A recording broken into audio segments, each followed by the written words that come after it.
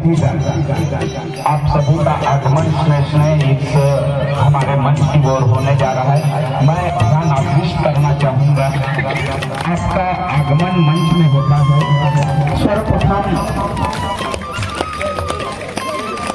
सर्वप्रथम तथागत भगवान गौतम बुद्ध डॉक्टर बाबा साहेब अम्बेडकर की प्रतिमा के समक्ष दीप प्रज्वलित करेंगे। आप सभी का परिचय नेते मुंबई, वही प्रमुख मार्गदर्शक के रूप में आप हैं माननीय एडवोकेट उमेश वाल्दे जी, नोटरी महाराष्ट्र शासन तथा नगर सेवक।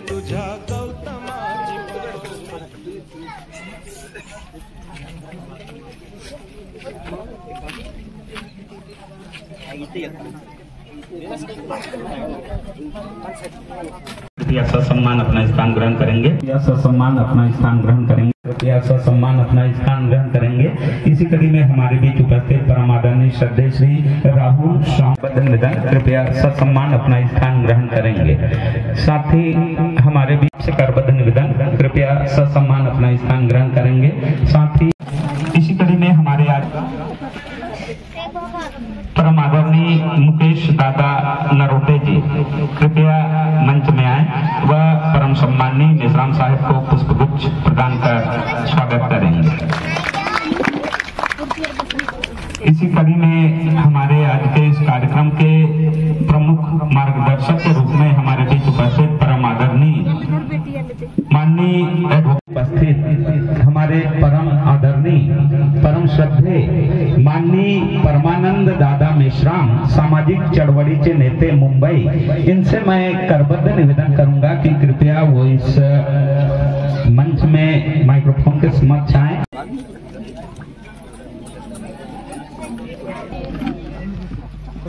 पंचशील तत्व सिद्धांत कमिटी क्षेत्र शाखा कोदगुलच्या वतीनं आज या बडीमादे या गावात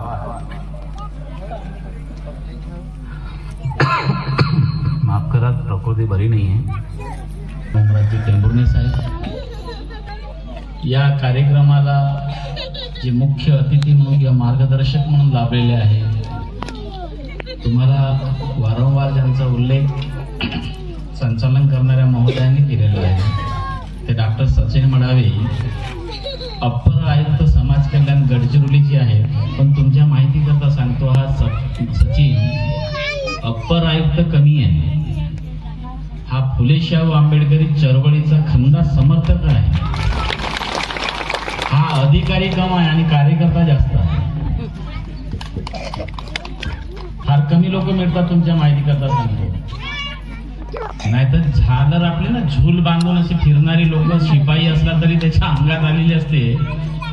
पण हा तुम्हाला मोर्चामध्ये पॅम्पलेट वाटताना आणि पाणी वाटताना दिसेल उद्या सचिन। एवढा चांगला तुमच्या समोर आज कार्यकर्ता म्हणून म्हणजे मुख्य अधीक्षक म्हणजे का मुख्य मार्गदर्शक म्हणून आलेला आहे। या कार्यक्रमाला तुम्ही मला नौखे आहात, मी तुम्हाला नौखा आहे, परिचित नाही आहे। पण आमचा मुकेश नरोटीचा प्रचंड आग्रह होता आणि म्हणून या कार्यक्रमाला यावंच लागलं। त्यामुळे तुमचा आणि माझी आज संवाद साधण्याची वेळ आहे। परमपूजनीय डॉक्टर बाबासाहेब आंबेडकर, तथागत गौतम बुद्ध आणि परिवर्तनाच्या चळवळीसाठी ज्या महान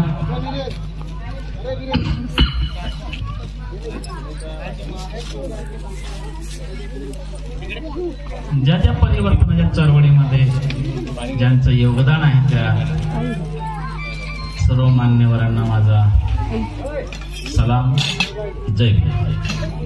माझ्या निमित्तानं उपस्थित सर्व विचारपीठावर उपस्थित असणारे सर्व माझे मान्यवर बंधू आणि भगिनींनो, तसेच कार्यक्रमाच्या निमित्तानं मला असं वाटतं की या पंचक्रोशी मधून आपण आलेला आहात, त्या सर्वांना माझा जय भीम करतो।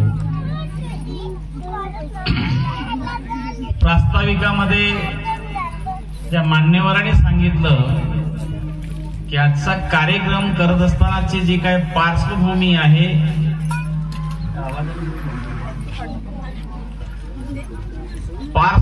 आहे ती समाजाला एकत्र करण्याची आहे।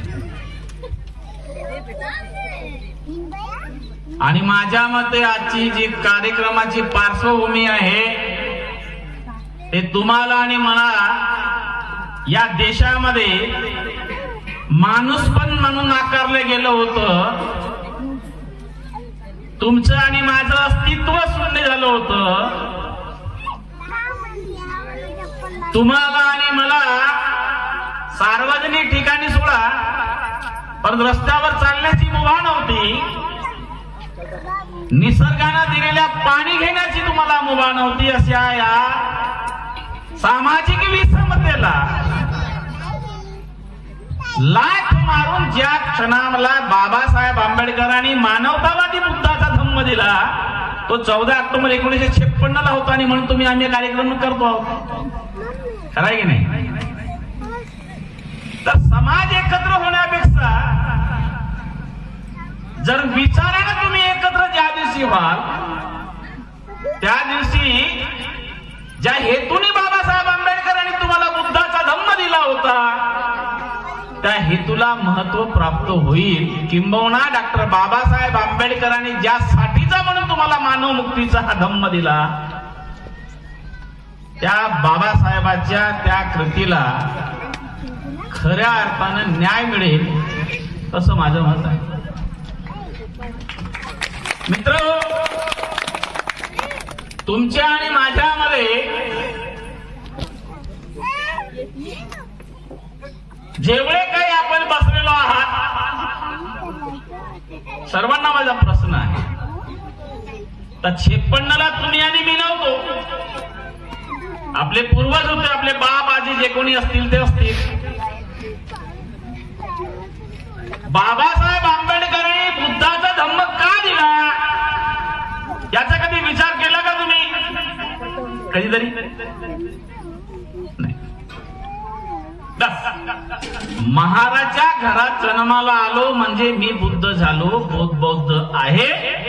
आणि महाराजच्या घरात जन्माला आलो म्हणून भिंतीवर फक्त बाबासाहेबांची तथागताची फोटो असली म्हणजे मी मात्र शुद्ध झालो असे आविर्भावामध्ये तुम्ही आणि आम्ही जगत असतो. मित्र, मी आधी जसं सांगितलं की हजारो वर्षाच्या सामाजिक गुलामगिरीमधून काढण्याचा जेव्हा बाबासाहेबांना प्रश्न पडला की आता काय करावं, तुम्ही पूर्वाश्रमीचे आजही कोणी महाहिंदू लिहितात. मला नाही वाटत तुमच्यापैकी कोणी बौद्ध असतील.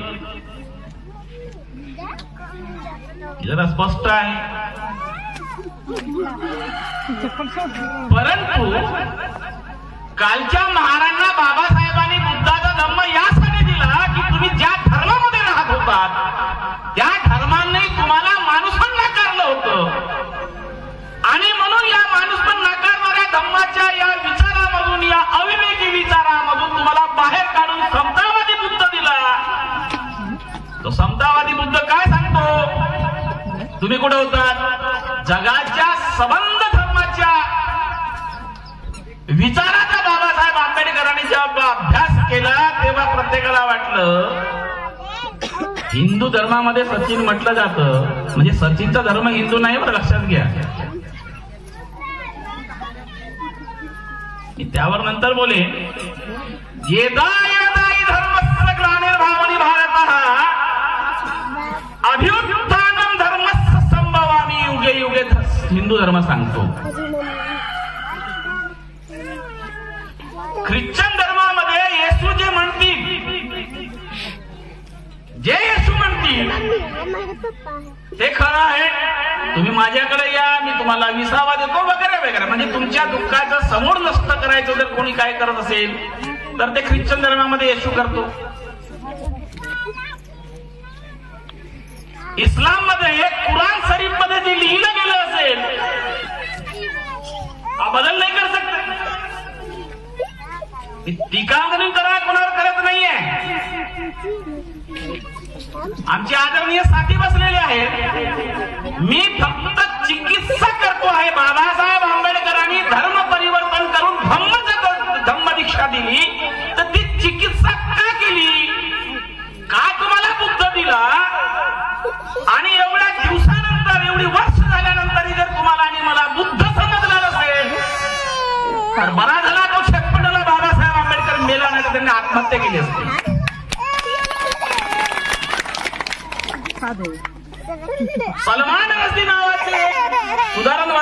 आहेत. तत्वज्ञानामध्ये किती भेसळ चाललेलं आहे आणि तुम्ही कोणत्या दिशेनं वाटचाल करत आहात याचा कधीतरी चिकित्सा केली तुम्ही? जर चिकित्सा करत असाल तर या पद्धतीचे 14 ऑक्टोबर तुमचे धम्मचक्र प्रवर्तन दिनासारखी कार्यक्रम तुम्हाला करण्याचा नैतिक अधिकार नाही, लक्षात घ्या. बुद्धानं सांगितलं की चिकित्सा झाली पाहिजे.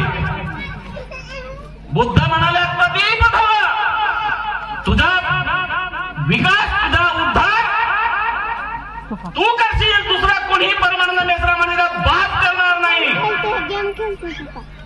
बुद्ध त्याच्या पुढे जातात. बुद्ध म्हणाले मी तुम्हाला हे काही जे तत्वज्ञान देतो आहे, सांगतो आहे, हे तत्वज्ञान प्रमाण मानू नका, लक्षात घ्या. काय म्हणाले बुद्ध? मी तुम्हाला काही जे काही सांगतो आहे, जे तत्वज्ञान सांगतो आहे ते प्रमाण मानू नका. तुमच्या सदसद विवेक बुद्धीला जर पडत असेल तर ते बुद्धाचं धम्माचं तत्वज्ञान स्वीकार करा. जगाच्या पाठीवर टाका.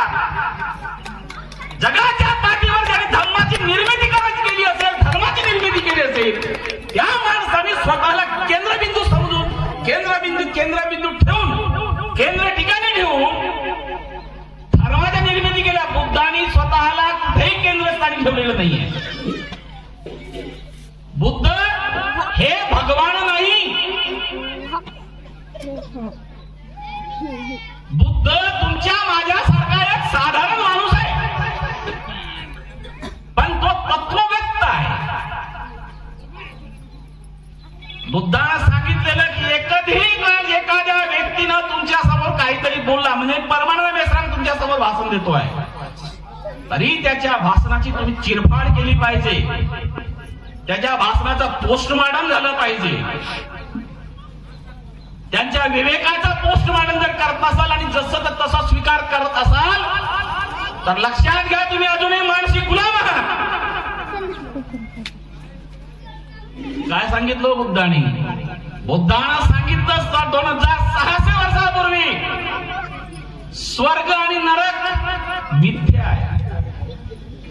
जन्माला येणं ही नैसर्गिक प्रक्रिया जरी असली तर मृत्यू हे अंतिम सत्य आहे. बोलले की नाही बुद्ध?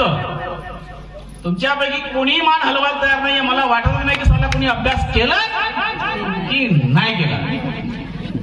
मुर्दा याला म्हणतात की मुर्दा पडे लफ्ज तुमच्या भाषेमध्ये. फार सुंदर संकलन करतात हे. यांना माझं बोलणं तुम्हाला करणार नाही, थोडं कळेल. तुमचे चेहरे बघून मला असं वाटतं की मुर्दा पडे लफ्ज किताबों की कब्र में और लाशों का एक गांव है जहां बोलता नहीं. तुम्ही का कार्यक्रम करता बाबासाहेब आंबेडकरांच्या आणि बुद्धाची? मला हा विचार येतो, प्रत्येकाला मला हा विचार येतो, प्रत्येकाला विचार असं वाटतं का करता? ही जी मुलं आहे या मुलांच्या समोर तुम्ही कोणतं बाबासाहेब आंबेडकरांचं आणि बुद्धाचं तत्वज्ञान सांगणार आहात? तुमच्या बाप आज्यांनी पिढ्या ज्या कोणत्या देवाची, धर्माची, ज्या काही कोणाची पूजा केली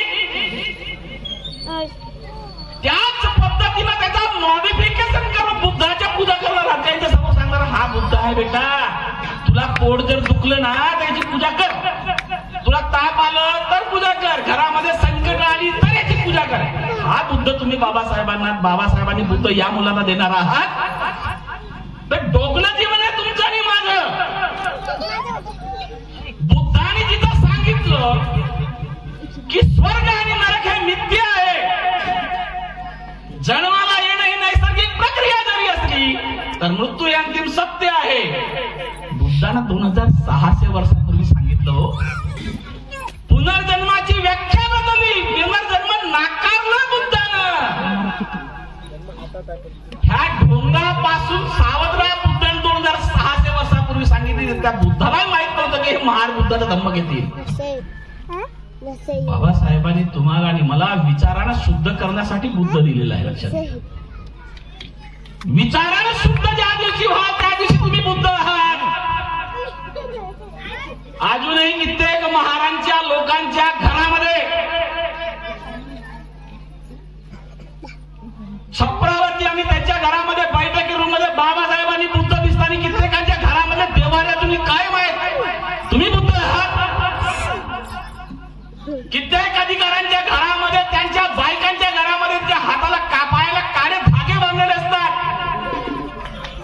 कित्येक लोकांच्या हातामध्ये अंगठ्या असतात, अंगठ्याला ते काहीतरी जे काय असतं ते असतं, का म्हणजे त्याच्यापासून शांती मिळतं. कित्येक लोकांच्या हाताला धागे बांधून ठेवणारी ही महाराची औलाद आम्हाला बुद्ध सांगतायत आणि ते तुम्ही स्वीकारता, ते तुम्ही स्वीकारता. आणि म्हणूनही 56ला 14 ऑक्टोबरला बाबासाहेब आंबेडकरांनी बुद्धाची धम्माची दीक्षा दिल्यानंतर एक भीती केली होती, भीती सांगितलेली होती की जगात विज्ञानवादी बुद्धाचा धम्म मी तुम्हाला देतोय, पण लक्षात घ्या जगातल्या माणसाने जेव्हा हे त्याचा मूल्यमापन करतील, त्याचा अभ्यास करतील की 56च्या नंतर जो बुद्धाचा धम्म मी ज्या समाजाला देतोय, तुमच्या वागण्या बोलण्यामधून आणि व्यवहारामधून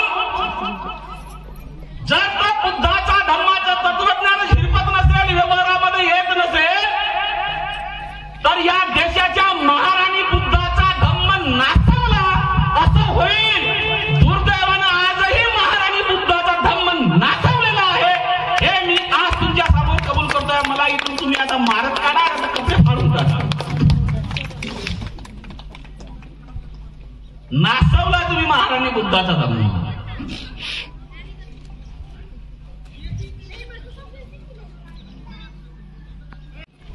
म्हणून काहीतरी आपण करायचा कार्यक्रम, वर्गण्या करा, गोळा करा आणि मग रॅलीमध्ये तुम्हाला खरं आता आंबेडकरवाद दिसायला लागला. सचिन, दिल के तुकडे हजार हुए, काही इधर गिरे काही उधर. लाजीरवाणी गोष्ट, एका कार्यक्रमाला गेलो होतो मी, तिथे एक गाणं होतं रॅलीमध्ये, ओके, आणि त्या गाण्याचं बोल होतं भीम के लगते जिगर, आधे इधर आधे उधर, नवरा नाचते, बाप नाचते, बायको नाचते, नातूही नाचते, नाचार नाचते. काय बेशरमगिरी आहे आमच्या समाजाची. कुठं नेऊन ठेवलं आपण बाबासाहेब आंबेडकरांचा तत्वज्ञान. याच्यासाठीच त्या माणसाने आपली पोरं गमावली होती.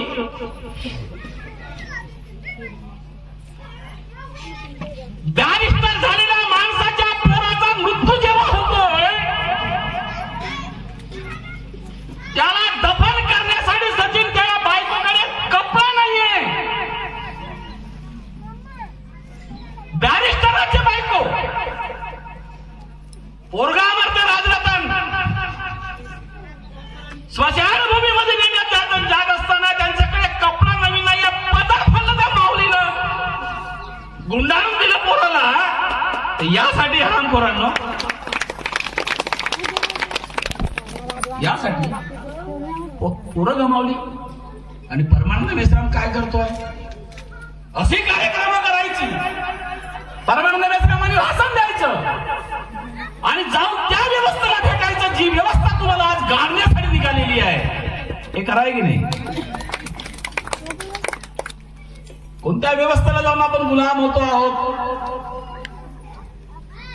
आपला आंबेडकरवाद जर कार्यक्रमामध्ये आणि फक्त रॅलीमध्ये जर दिसत, ध्यान धिंगाण्यामध्ये दिसत असेल तर मित्र हो, ते दिवस दूर नाही आहेत. ज्या दिवसात 70 वर्षाच्या पूर्वी, 60 वर्षाच्या पूर्वी महाराणाचे तुम्हाला करावं लागत होतं. हळूहळू हळूहळू झिरपत चाललेला. लक्षात घ्या, व्यवस्था त्या पद्धतीने चाललेली आहे, त्या पद्धतीची व्यवस्था. तुम्ही माझ्याशी कोणीतरी भाषण संचालन करणारे जे संचालन करणाऱ्यांनी सांगितलं की सामाजिक झालं, कशासाठी झालं पाहिजे? समाज एकत्र व्हायची जी आपण काही बांधणी करतो, ती समाजाची बांधणी ही विचाराने यासाठी मगाशी म्हणालो की सर्व समाजाची बांधणी एक करायची आणि मिळून मग नंतर ज्या व्यवस्थेनं तुम्हाला लाताडलं. सचिनला माझं म्हणणं आहे, मुकेशलाही आहे, तुम्ही तुमच्या जा. अत्यंत कमी वयामध्ये 3 चमच्याने इंग्रजांना घाम फोडणाराची आपण पूजा करतो, उलगुलान हा शब्द वापरतो. बिरसा मुंडा त्यावेळेस शहीद झाले आणि आजच्या आदिवासीवरती इतकी व्यवस्था मुद्दे तरी साला आदिवासी जणांना मतदान करते.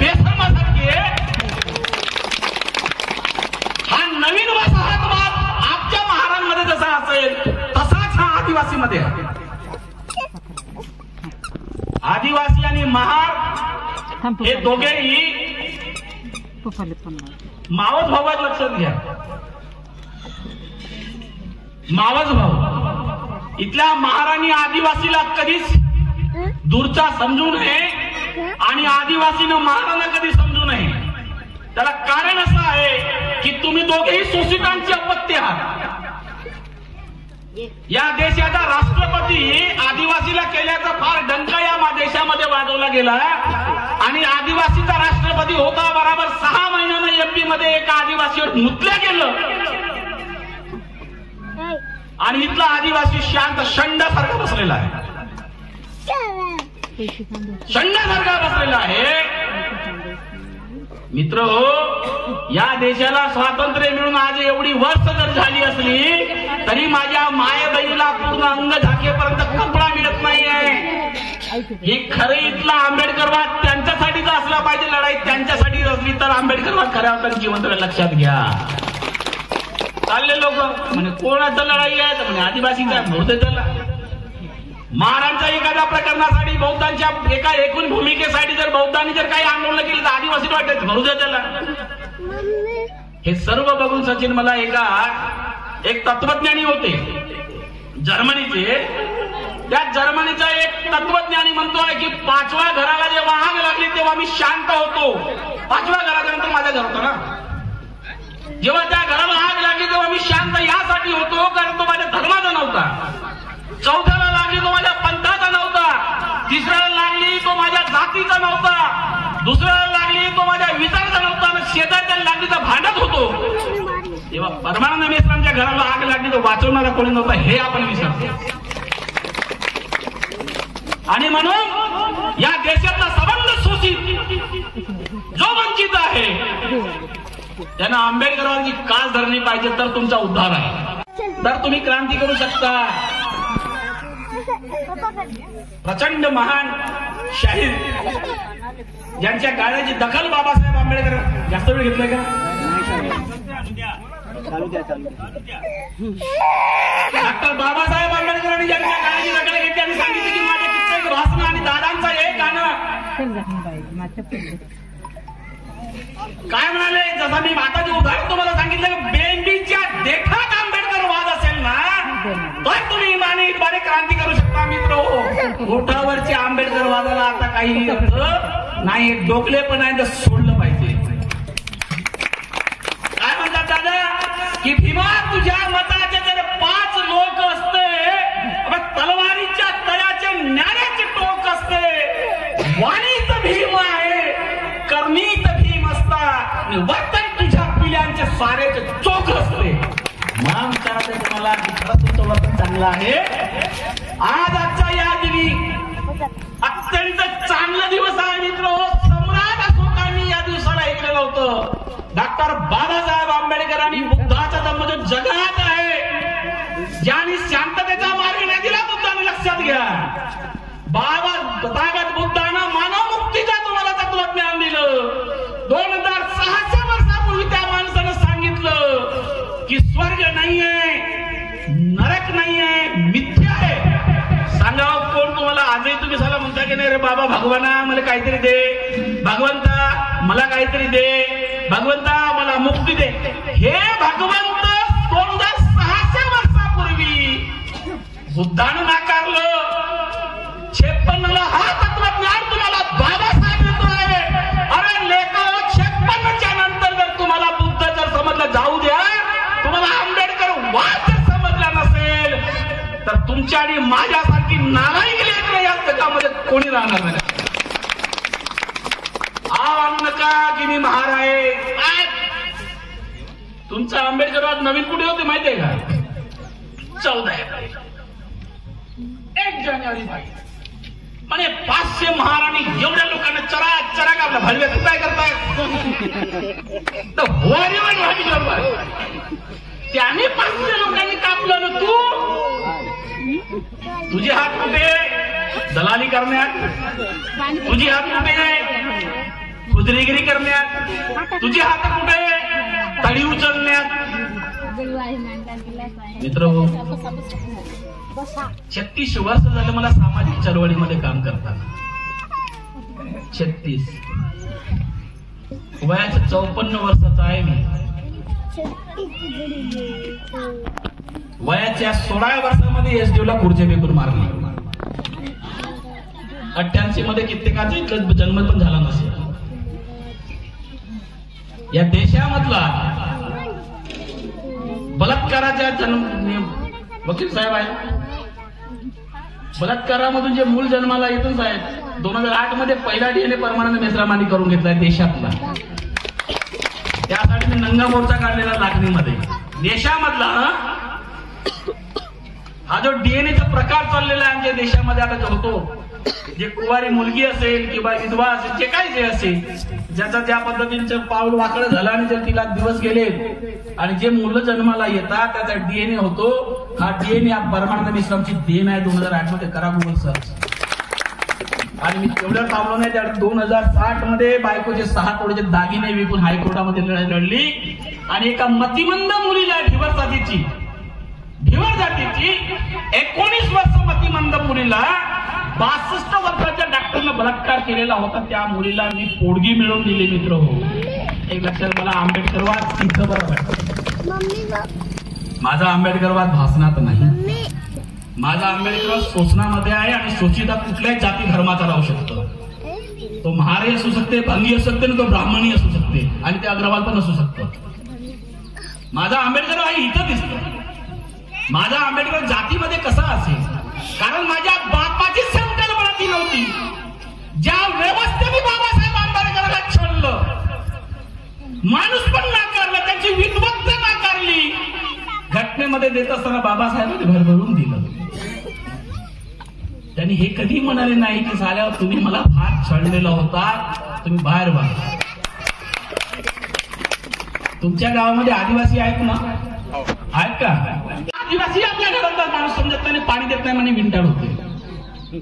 ही जी ब्राह्मणीवादी व्यवस्था आहे ही कितपत झिरपली आहे लक्षात घ्या. आणि म्हणून सचिन मी कायम आणि मुख्यतला काय म्हणतोय मी की जर तुम्हाला खऱ्या अर्थानं बाबासाहेब आंबेडकर तत्वज्ञान जर तुम्ही स्वीकारलं असाल तर तुम्ही तुमच्या जातीमध्ये जाऊन सांगा आंबेडकरवाद, इथून नाही.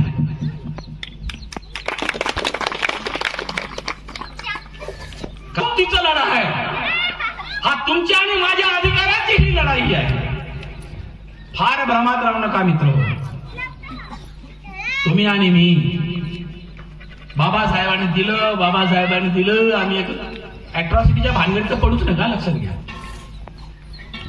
मी तुम्हाला हात जोडून सांगतो, पडूच नका. इथं वकील साहेब सांगतील चांगल्या अधिकाऱ्यांना, आयपीसीच्या जेवढ्या सेक्शन मध्ये तुमची कारवाई चांगली होऊ शकत नाही, निव्वळ अॅट्रॉसिटी लावल्यानंतर आयपीसी मधून लोक कोरे करतात, चुकलेले आहेत.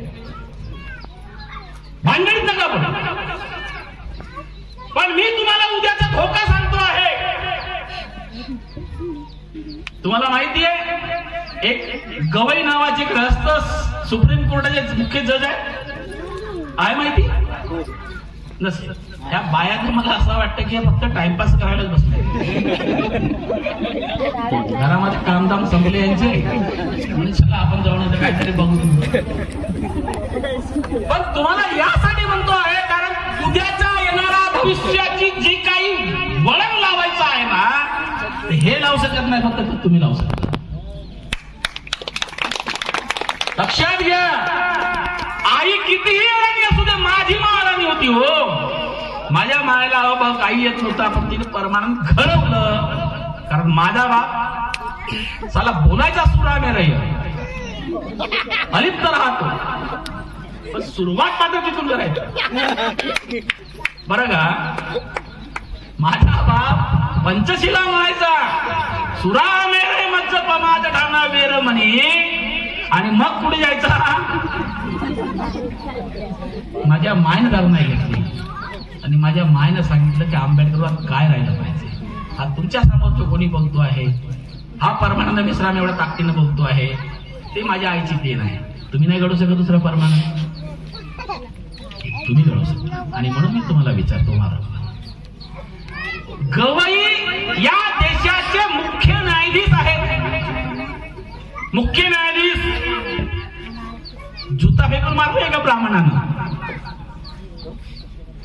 याचा अर्थ त्याचे दूरगामी परिणाम काय आहे, येणाऱ्या कालखंडामध्ये तुमची अवकाश का राहणार आहे हे त्यांनी दाखवलं. मोर्चे काढा, निषेध करा, सभा घ्या, काही करा, बंद पाळा, काहीही होणार नाही. जर या व्यवस्थेला जर उलटून पाडायचं असेल, यांच्या छातीवर जर बसायचं असेल मित्र हो, तर तुम्हाला खरा आंबेडकरवादी व्हावं लागेल.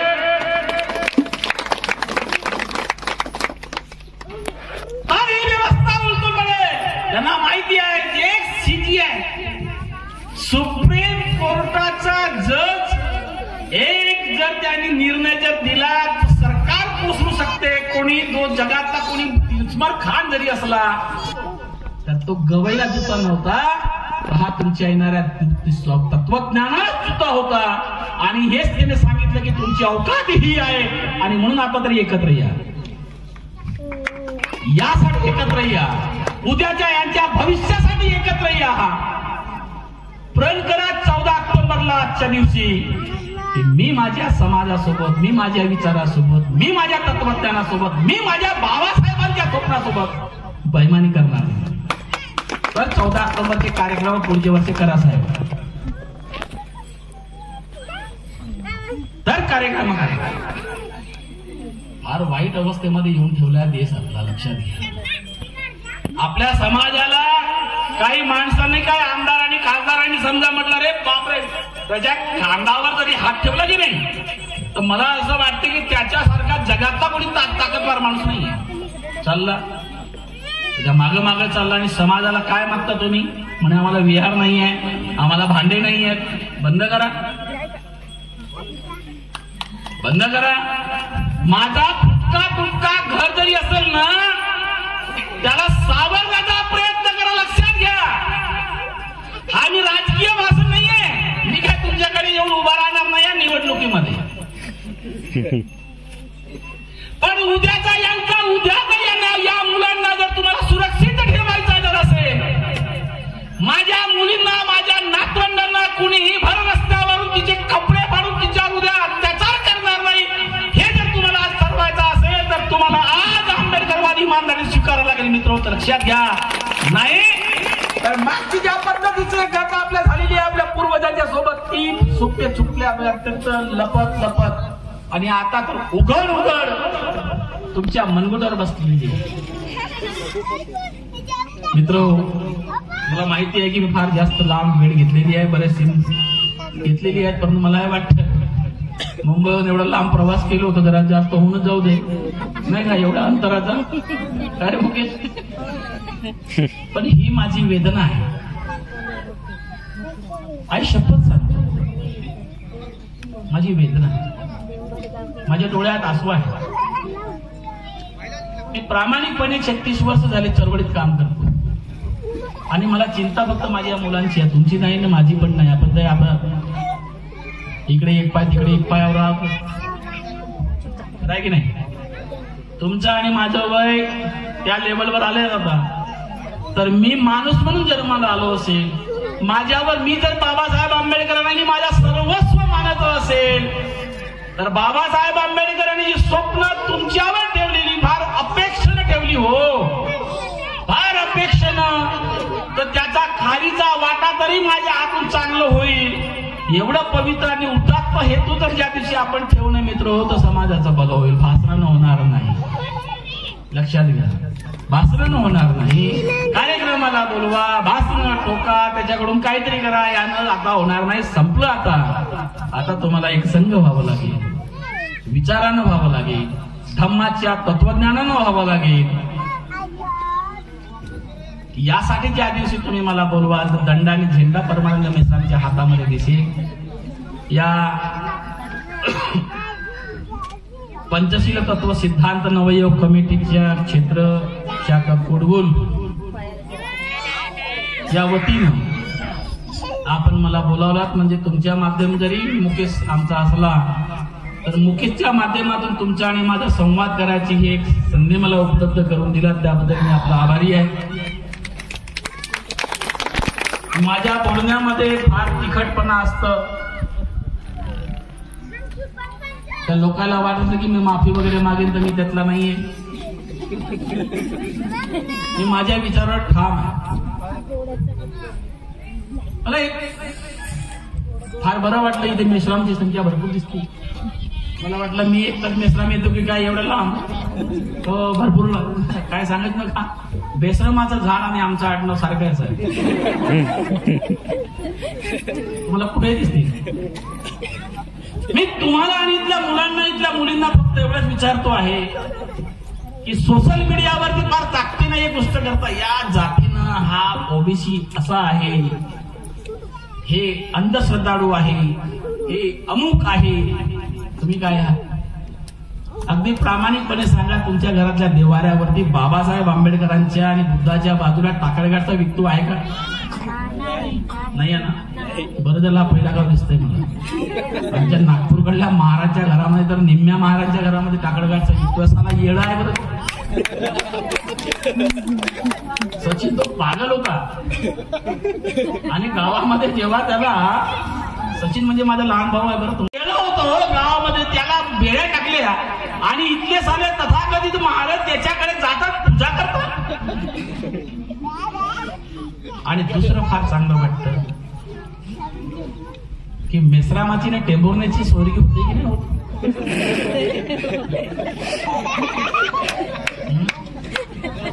मिश्रामाची, रामटेकाची, वालद्याची, टेंभुर्ण्याची, सहाऱ्याची जर स्वर्गी होत नसेल तर तुम्ही तुमच्या घरातल्या बाबासाहेबांनी बुद्धाच्या फोटोत फेका. तुम्हाला बाबासाहेब आंबेडकर म्हणण्याचं लायकीचं नाही आहात तुम्ही. दुसऱ्या समाजाला सांगताय हा असा करतात, तुम्ही काय करता रे? अजूनही सालात पोट जातीमध्ये विखुरलेले आहात. भाषणामध्ये आंबेडकरांना सांगता, बेंडीच्या गेटापासून सांगता, या कार्यक्रमामध्ये, सामूहिक कार्यक्रमामध्ये पोरी बेटीचा व्यवहार करताना साला टेंभुर्ण्याने मेश्राम बघतात. आणि मगाशी जो म्हणाल तुम्हाला की ही वैचारिक क्रांती तुम्हाला तुमच्या घरापासून सुरू करावी लागेल, तिथून करा तर आंबेडकरवाद आहे, तिथून करा तर बुद्ध आहे. आणि बुद्ध तेव्हा आहे जेव्हा तुम्ही शुद्ध व्हाल मनानं. शुद्ध म्हणजे कपडे घातल्यानं होत नाही मित्र, आतमध्ये काय आहे हे फार महत्वाचं आहे. बघण्यासारखे पांढरे कपडे मी घालून आलो म्हणजे काय शुद्ध आहे असं तर होत नाही. विचारण शुद्धता असली पाहिजे. कारण सांगतो, माझी मुलगी 17 वर्ष 3 दिवसाची होती. मी तिला इंग्लंडला सोडून आलो. आता हे तुमच्यासाठी स्वप्न मोठी पाहिजे बेटा, लक्षात. आपल्या अवकातीच्या बाहेरची, आपल्या घरच्या उंबरठ्याच्या बाहेरची स्वप्न पाहिजे. तुझ्या बापा मायाजवळ तर करायला काही नसेल ना, घाला रात्री धुवायचा, प्रेस करायचा, त्याच्यावर आपलं आपण भविष्य बघायचं. 17 वर्ष 3 दिवसाची माझी मुलगी होती. तिला मी इंग्लंडला सोडून आलो. माझा मुलगा 8व्या वर्गापासून कॅम्ब्रिज युनिव्हर्सिटीमध्ये शिकला. 8, 9, 10, 11वी आणि 12वी ब्रायटन मधून झाला. आणि आता तो स्पेन मध्ये आहे. Marine science and animal conservation मध्ये ग्रॅज्युएशन करतो. माझ्या मुलीनं फॉरेन्सिक सायन्स अँड क्रिमिनॉलॉजी मध्ये ग्रॅज्युएशन केलं नॉर्थम्ब्रिया युनिव्हर्सिटी न्यूकासल मधून. मँचेस्टर युनिव्हर्सिटी मधून तिनं मास्टर केलं सोशॉलॉजी मध्ये आणि क्रिमिनॉलॉजी मध्ये. आणि लंडन स्कूल ऑफ इकॉनॉमिक्स मधून ती PhD झाली. आता जापानला नोकरीवर आहे. लग्न करायला सांगितलं, तिनं नवरा आपला पाहून टाकला आणि तो सुद्धा जापनीज आहे. आम्ही सांगायचा हेतू असा आहे की मी माझ्या मुलीला ती ग्रॅज्युएटला असताना सांगितलं की मी तुझ्या 25व्या 26व्या वर्षात लग्न करेन. 25-26व्या वर्षात लग्न करणार आहे. तू तुझा जोडीदार निवडण्याला तू मोकळी आहे. आपल्या अवकातीच्या बाहेर स्वप्न बघा. आणि तुम्हाला लक्षात घ्या, तुम्ही ह्या मोबाईलच्या दूर राहा. उद्याचे दिवस येणारे प्रचंड वाईट आहेत, लक्षात घ्या. आणि तुम्हाला शिक्षणाशिवाय पर्याय राहणार नाही. तो शिक्षण हा दर्जेदार असला पाहिजे. दर्जेदार शिक्षण घेतला तर तुम्ही एका युगामध्ये टिकणार आहात. ग्रॅज्युएशन PG झालेले आता आपल्याकडे भरमसाठ आहे, पण त्यामध्ये तुम्हाला उद्याचं काय निवडता येईल, जगाची स्पर्धा कशी करता येईल हे जर तुम्हाला समजलं नाही बेटा, तर 27-28 वर्षापर्यंत तुम्हाला तुमचे मायबाप तसेच करतील आणि लग्न करून तुम्हाला पुन्हा जावं लागेल. आणि म्हणून तुमच्यामधून हा सचिनचा नंबर तुम्ही सर्व मुलींनी घ्या. हा तुम्हाला कुठेही नेऊन देऊ शकतोय. तुम्हाला माहिती नाही आहे, आदिवासीच्या आणि एसटीच्या मुलींना विमान प्रवास, देशामधला विमान प्रवास करणारा हा पहिला अधिकारी. लक्षात घ्या. अख्ख्या महाराष्ट्रामध्ये लाखो रुपये खर्च करून एखाद्या विद्यार्थ्याला ज्या चांगल्या शाळेमध्ये पाठवलं जातं प्रायव्हेटच्या, त्याहीपेक्षा उच्च आणि दर्जेदार शिक्षणाची सोय त्यांनी गडचिरोलीच्या एका समाजात कल्याणच्या विभागाची ती शाळा जाते तिथून गेलेली आहे. बघा ते जरा पिक्चर. आणि म्हणून उद्याच्या भविष्य जर तुमचं जर चांगलं करायचं असेल तर बेटा, बाबासाहेब कायम सांगायचे की ब्राह्मणाच्या बायकोला दिवस गेले तर तिची नजर म्हणे हायकोर्टाच्या खुर्चीवर असते, ती रिकामी कुठे आहे. आणि माझ्या समाजाच्या बायकोला जर दिवस गेले तर ती बघते कुठे शिपाईची जागा कुठे रिकामी आहे. तर ही परिस्थिती तुम्हाला आणि मला बदलावी लागेल.